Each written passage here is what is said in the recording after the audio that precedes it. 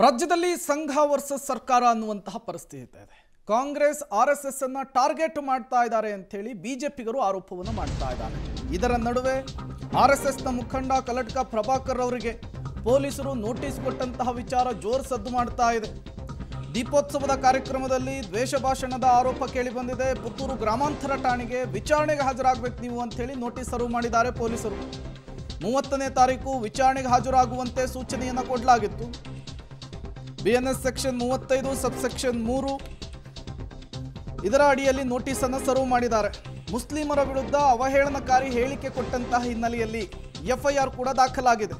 ಧಾರ್ಮಿಕ ದ್ವೇಷ, ಮಹಿಳೆಯರ ಘನತೆಗೆ ಧಕ್ಕೆ ತರುವಂತಹ ಭಾಷಣ ಮಾಡಿರುವಂತಹ ಆರೋಪ ಕಲಟ್ಕ ಪ್ರಭಾಕರ್ ಅವರ ಮೇಲೆ ಕೇಳಿ ಬಂದಿದೆ. ಇದೇ ವಿಚಾರಕ್ಕೆ ಸಂಬಂಧಪಟ್ಟಂತೆ ಪೊಲೀಸರು ಈಗ ನೋಟಿಸ್ ಅನ್ನು ಕೊಟ್ಟಿದ್ದಾರೆ. ವಿಚಾರಣೆಗೆ ಹಾಜರಾಗಿ ಅನ್ನುವಂತಹ ಸೂಚನೆಯನ್ನು ಕೊಟ್ಟಿದ್ದಾರೆ.